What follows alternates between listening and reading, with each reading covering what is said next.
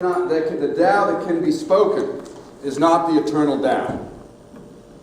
That's how the Tao Te Ching begins. The Tao Te Ching is a probably most influential Taoist text, attributed to Laozi from the 6th century BCE. It's a collection of 81 short chapters. They read like poems. And as I prepared to speak to you today, I smiled when I read chapter 56. That begins, "Those who know do not talk. Those who talk do not know." As I prepare to talk for half an hour, the irony is clear. The term Tao is sometimes translated to mean the way, the path, or the principle. Laozi and other writers like Shanzi offer China an alternative to Confucianism and Buddhism. These traditions interweave, often most so when it's appropriated from the West to help us calm our particularly acquisitive and hyperactive lifestyles. So the deceptively simple paradoxes of Eastern wisdom help us calm down, help our monkey minds relax. And Taoism, I think, is in particular good because it offers us a simple and spontaneous and innocent gateway back to our childhood. This is perhaps one of the reasons why one of the most famous Western interpretations of Taoist principles relies on a children's book. Benjamin Hoff's The Tao of Pooh uses A.A. Milne's Winnie the Pooh to try to bring Eastern wisdom down to earth. Now it critiques esoteric Western philosophy by poking fun at our rationalism. It rewrote one of the lines famous in Western philosophy, Descartes' famous line, so that now it reads, "I think, therefore I am confused." So both Nina and Bob, who combined their resources to choose this topic, chose me to talk about Eastern wisdom and ethical culture, primarily to try to get me a break from complex research and a lot of esoteric philosophy, so I thank them for that. They told me to keep it simple, though, and I did not do that. But it did get me a chance to revisit my childhood friends, Pooh and Tiglet and Eeyore and Owl and Rabbit. But as I said, I failed because in some ways I'm more of a rabbit or an owl than I am a Pooh. I often, like Rabbit, chase knowledge to try to be clever. I often seek wisdom to try to appear wise. And while I'd like to exude the sage simplicity of Winnie the Pooh, Taoism teaches me one thing, and that is to embrace my nature. So I can't pretend. My nature, your nature, is the song we sing, which is why I thought it was particularly good that Greg sang that song for us today. My life is a song, your life is a song. Sing it well. When I explored the connections between ethical humanism and Taoism, I did benefit from a talk given by ethical culture leader Tony Heilman that he gave at the New York Society for Ethical Culture back in 2007 called The Tao of Ethical Culture. And Tony picks out two things in his talk that ethical culture and Taoism have in common. One is that it's hard to understand it from the outside. It comes alive from the inside. The second thing is, and I think this is even more importantly, both worldviews are about how you live your life. So I think that's a good place to start today. Now in ethical humanism, we emphasize deed before creed. We believe that it's more important how we live our lives than what we believe. But we do have beliefs. They're the beliefs that we talk about and we agree on and debate over and throw out and change. One belief is that we believe that reason can liberate us from oppressive supernaturalism. That reason, not revelation, lights our way through dark ignorance. And though we humbly admit the limitations of our mind, together we enjoy the wonders that it can reveal. Intellectual humility, in fact, is one reason why ethical humanism focuses on how we act, on how we live, and on who we become. How we act is about the here and now, how you and I are going to interact upstairs at coffee or how we pass strangers in need out on the street today. How we live is about the strategies and priorities we choose for our life. It's a longer arc. But even more broadly, who we choose to become is about our character. What kind of persons are we trying to be in our lives? It's not about tactics, about daily actions. It's not about strategies or lifestyles. It's about crafting personal dispositions and attitudes from which tactics and strategy emerge. This is in some way a more Aristotelian approach. In Western moral philosophy, some people call it virtue ethics. And it shares a lot with Taoist ethics. So I'm going to turn to Taoist ethics with that lens. Taoist ethics is more about being than doing. Like Aristotle, Taoists believe that one's identity is the spring from which all actions bubble. Unlike Taoism, Aristotle focuses on crafting our dispositions and our personality. Taoism focuses a little bit more on discovering our nature, our way. Taoism suggests that for a person to be good, their nature should guide them. Trying to alter one's essential nature will just breed evil. Damage will be done for yourself, for others, and for the world. To be good, you don't even have to know what your nature is or be able to explain it to others, as long as you are able to be your nature, as is the case with that tubby little cubby all stuffed with fluff, Winnie the Pooh. How many read Winnie the Pooh at some point in your lives? Better known than Felix Adler. This simple bear is at one with his nature. In a way, Pooh acts like water, which is an important Taoist metaphor. Guided by gravity, flowing naturally and silently. Water works in the world without struggle. It finds cracks. It sinks to the lowest places. Chapter 8 of the Tao Te Ching reads, "The highest goodness resembles water. Water greatly benefits myriad things without contention. It stays in places that people dislike. Therefore, it's similar to the Tao. Dwelling with the right location, feeling with great depth, giving with great kindness, speaking with great integrity, governing with great administration, handling with great capability, moving with great timing. Because it does not contend, it is therefore beyond reproach." In the martial arts, there's a concept called Wu Wei, which is wrapped up in this, and it's sort of about the yielding power that water can give. When attacked, one does not meet force with force. One yields and gives way and allows the force to float by without doing any harm. So deflecting and yielding, the opponent's worn down because they don't land any blows. Going with nature is the path to victory with Wu Wei. In the writings of Zhuangzi, there's a story of a man who falls into churning, turbulent waters, but emerges unharmed. And he explains to the bewildered witnesses why that is. He says, "Nothing special. I began to learn it when I was very young and grew up practicing it. Now I am certain of success. I go down with the water and I come up with the water. I follow it and forget myself. I survive because I don't struggle against water's superior power. That's all." So this literal and metaphorical go-with-the-flow philosophy works for Taoists.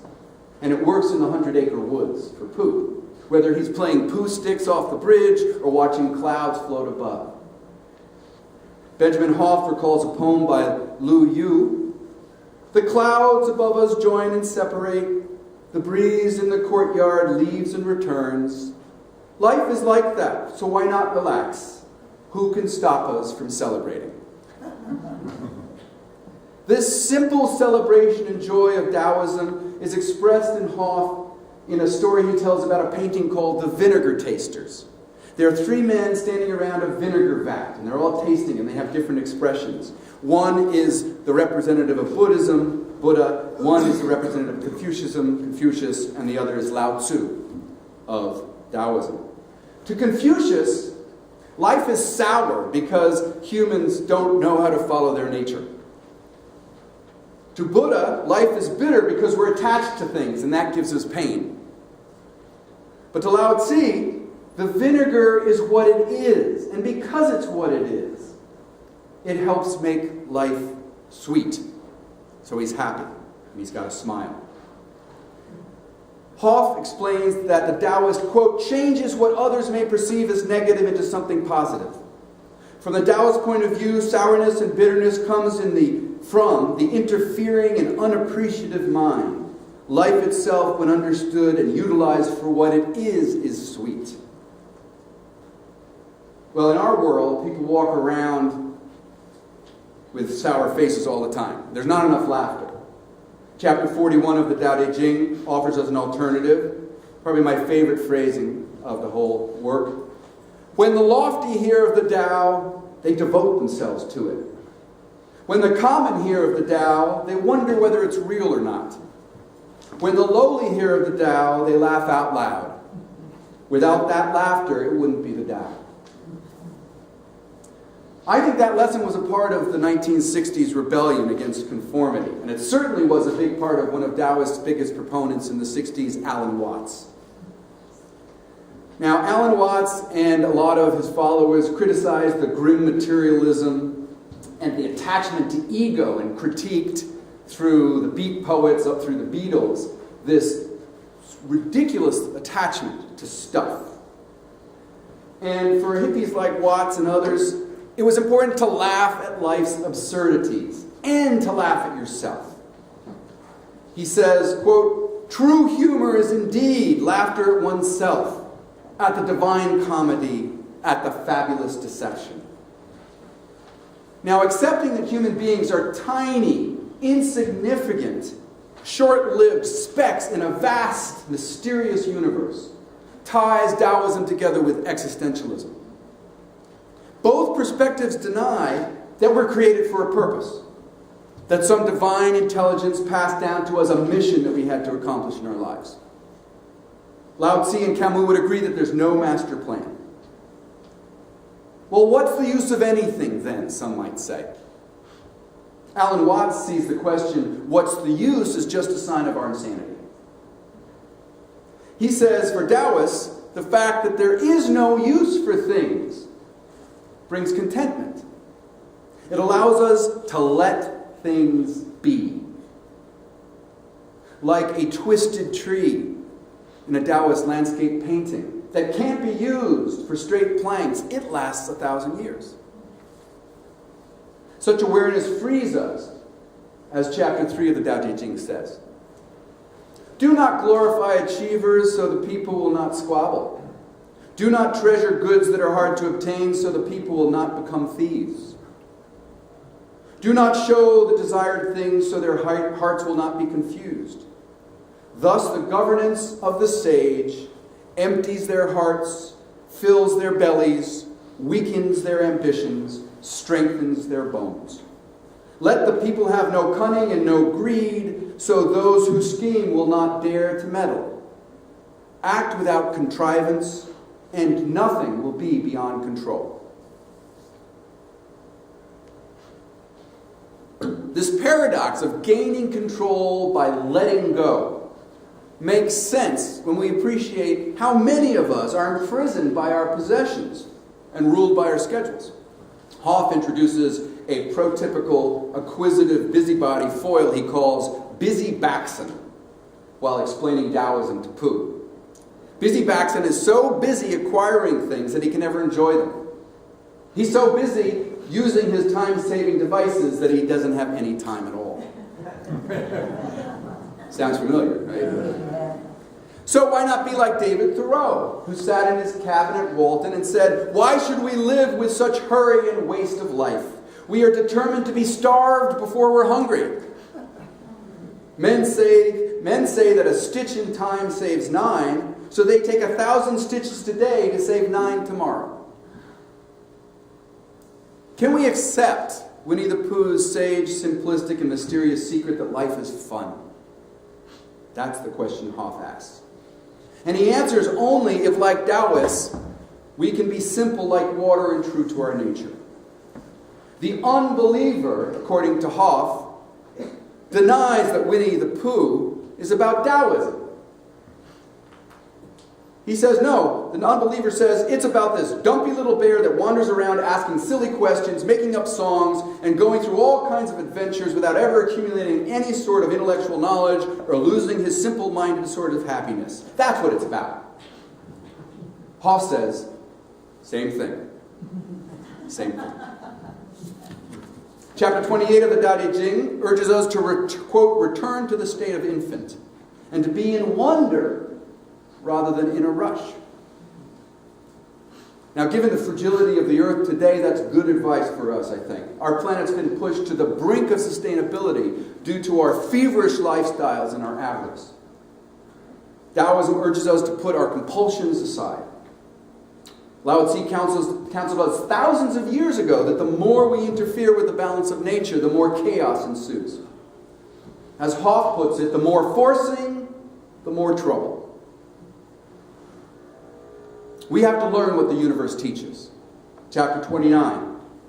Those who wish to take the world and control it, I see they cannot succeed. The world is a sacred instrument. One cannot control it. The one who controls it will fail. The one who grasps it will lose. Because all things either lead or follow, either blow hot or cold, either have strength or weakness, either have ownership or take by force. Therefore, the sage eliminates extremes, eliminates excess, eliminates arrogance. Similar to Buddhism, Taoism puts the ego to the side and makes space in life, because emptiness allows for mindfulness. And we forget that in the West. We fill our apartments with junks, our schedules with meetings, our bodies with chemicals. Chapter 11 explains that emptiness has value. In its emptiness, there is function in a vehicle. Mix clay to create a container. In its emptiness, there is function of the container. Cut the doors and windows to create a room. In its emptiness, there is function of a room. Therefore, that which exists is used to create benefit. That which is empty is used to create functionality. Emptiness is also, I think, an essential part of beauty and art. It's certainly a part of Taoist landscape paintings. The emptiness is as much a part as the form. In music, the space between the notes is important. Debussy, I think, said that. He said music is the space between the notes. We're social human beings. We love being around each other. And as important as social interaction is to ethical humanism, we also crave emptiness and solitude. I mean, my work here is a joy. But there are weeks where I feel my peace is interrupted by too many meetings. I had to laugh when I read the following passage from the Tao of Pooh about a Taoist story. In the middle of a particularly busy day, the emperor was driven to a meeting hall for an appointment of some kind. But when he arrived, there was no one there. The emperor walked into the middle of the great hall and stood silently for a moment. Then he bowed to the empty space. He turned to his assistants with a large smile on his face and said, "We must schedule more appointments like this. I haven't enjoyed myself so much in a long time." Well, I thought my father would appreciate Taoism, especially because he was a physicist. And naturalism is fundamental to science. That's why as a teenager one year I gave him Fritjof Capra's The Tao of Physics. This is the most popular explanation of the parallels between modern physics and Taoism. And it so impressed the physicist Niels Bohr that when he was knighted in England in 1947, he put the Tao Yin Yang symbol on his family crest. I thought it would impress my father. It did not. So the gift remained on the table where he left it after he unwrapped it and thanked me dutifully. And it disappointed me slightly, but I think my father appreciated the Tao in his own way. He is not arrogant. He was never pompous. He was not acquisitive at all. And sometimes he was interpersonally detached, that's true, but he could be silly and he could enjoy life. And while observing the universe as a physicist, he did so with a calm and detached Taoist peace. At times he seemed inscrutable, unflappable, and deeply aware, and I'm grateful for whatever Taoist characteristics he gave to me. But he also gave me some characteristics that seem almost diametrically opposed to Taoism. His Puritan work ethic, his drive, his yearning for something more. Unlike Winnie the Pooh, my father was not satisfied with what he was given. And this drove him to get up early and to search. To him, there was value in struggling against the water and against the flow. Does this make him in part less of a Taoist? Does that part of me make me less of a Taoist? Perhaps. I want to explore that question for the rest of my talk. I think there is a potential tension between ethical humanism and Taoism. And I say potential because I'm going to leave open for the moment whether or not this tension is substantial or insignificant. Whether it can be transcended, in other words. So at the risk of oversimplifying Taoism, maybe that's an ironic impossibility, let me boil it down. Taoism is accepting what one has. Accepting nature, accepting what is. By doing so, we're told, we can minimize our ego and struggle and competition, and maybe then we'll be happier. And if we're happier, maybe we'll struggle even less. And then maybe we can be gentler with the world and kinder to each other. That's the heart of it. Now, the ethical humanism that grew from Felix Adler's grand experience, on the other hand, is infused with elements that I saw in my father that were different from that. The importance of work, of struggle, of changing what is into what could be, of not accepting the world as it is. In fact, Western humanism in general demands that we take responsibility for changing the world. And these characteristics are part of our very American roots, all the way back to the Puritans of New England, who strove to carve out of the wilderness a city on the hill.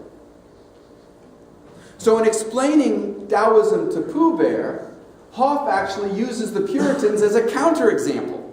He contrasts the happy Taoists with the dour Puritan workaholics who, quote, practically work themselves to death, ignorant of the natural wisdom of the ever-decreasing Native American population. And he blames the Puritan mindset for, quote, 2 or 3 centuries of pushing and pushing and pushing the once fertile earth until the soil's depleted and the food is poisoned with fertilizer. Hoff says that the miserable Puritan led to the restless pioneer, and that led to the lonely cowboy. All victims of this silly inability to leave good enough alone. All the result of twisted priorities and a misalignment with the Tao. And I get that, and there's some truth in it. I don't think it's the whole truth. There's some historical inaccuracy. I was taught in college by a wonderful small Yoda-like professor named Ed Morgan, who was an expert on colonial America, and he said that for all the faults the Puritans had, they were not totally boring and dark and severe. Many of them wore bright colors, they drank, they danced. There was plenty of piety and praying for forgiveness from an angry God, but they were not the stereotypes that we were made out, they were made out to be in our minds. But more important than that, historical inaccuracy that I wanted to correct, coming from New England. Hoff and others too easily, in my mind, dismiss certain traits the Puritans had that I think have value. I value both Taoist equanimity, but also the drive to make things better. I think they balance each other. Maybe it's this accepting yin to a creative yang. Emerson, who was one of Felix Adler's mentors, was a fan of Western creativity. He glorified our ability to take nature and channel it for our purposes. He praised the use of reason and observation to wrest from nature power. Like Franklin with electricity, or Robert Fulton with steam, Emerson said, "Glory be to human ingenuity." And how many of us in this room would return to nature the benefits its manipulation gave us? Of course, I understand that this attitude taken to extreme has contributed to devastated environmental degradation. And of course, I understand that how this contributed to our grotesque materialism and consumerism. But the desire to make the world a better place in and of itself is not a bad thing. And yearning for more than what exists is something I think is important. The gap between what is and what could be animated Felix Adler to create ethical culture.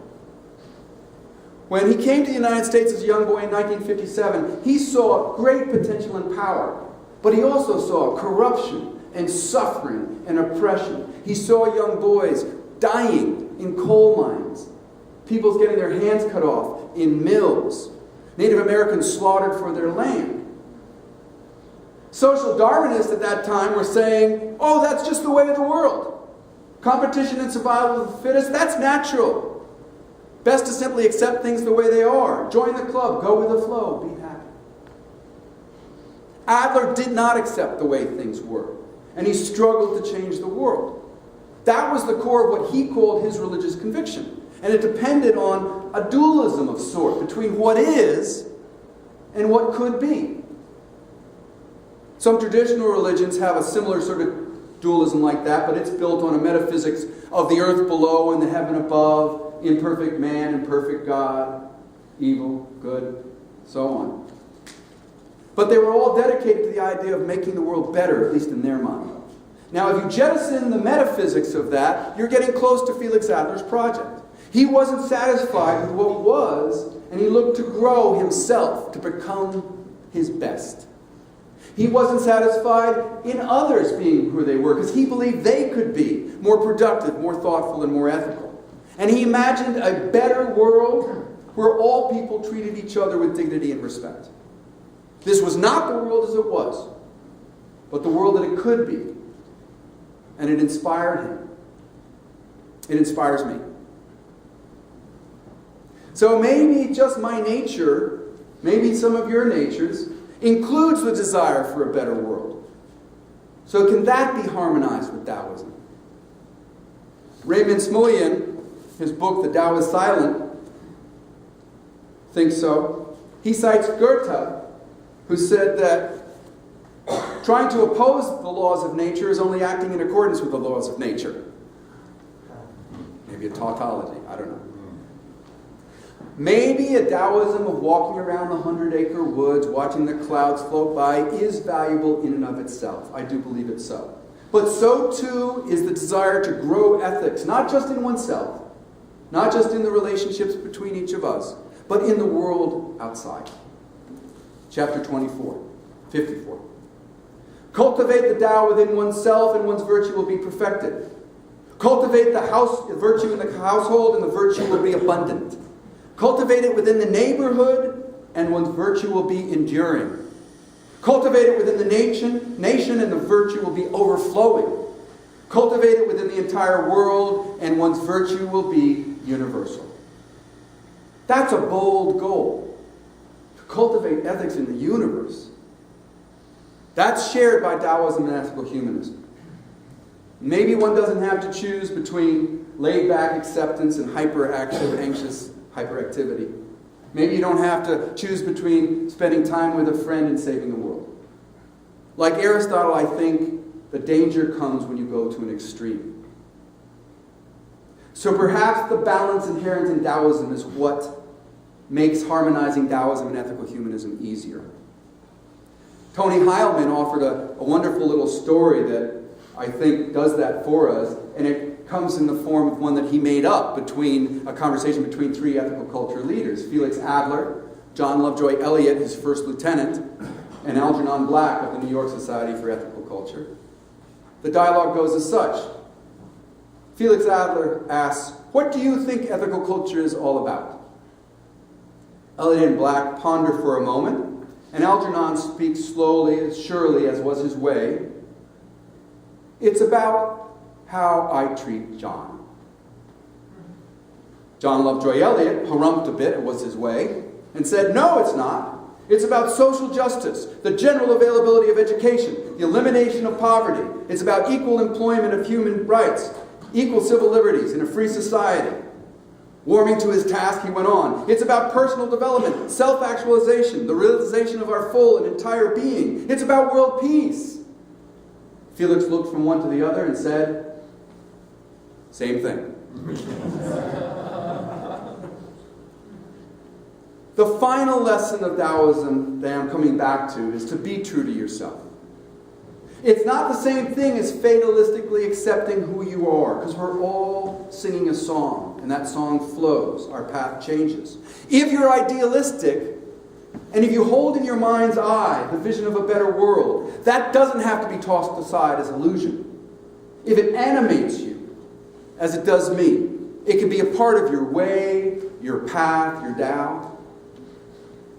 I mean, I admit that Hoff's Winnie the Pooh is very important for us Westerners that are caught up with our monkey minds too often, because we cause suffering in self and others at times because of it. But I don't think Pooh has all the answers. While the bear might not have a purpose in life, we can live purposeful lives. Smulyan admits, quote, I'm not against a person having a purpose. I only deplore the attitude that one always should have a purpose. I'll conclude by offering an alternative to Hoff's final words in his final chapter. This is what he says. Within each of us there is an owl, a rabbit, an Eeyore, and a Pooh. For too long we've chosen the way of owl and rabbit. Now, like Eeyore, we complain about the results. But that accomplishes nothing. If we are smart, we will choose the way of Pooh. As it is far away, it calls to us with the voice of a child's mind. It may be hard to hear at times, but is important just the same. But without it, we will never find our way through the forest. I admit that we are in a forest of trouble these days. But I don't believe that there's only one way through it. I see some good in owl and rabbit who seek knowledge and action. Of course, we need our Winnie the Pooh as well, to calm us down, to remind us of the simple pleasure of life. But for ethical humanists, we may well flourish best when we balance those natures. I know that I'm going to keep in touch with my inner owl and my inner rabbit, as well as my inner Pooh. But I'm going to keep in my head and my heart the visions for a better world that illuminates my path through the forest. I urge you to join me. Thank you.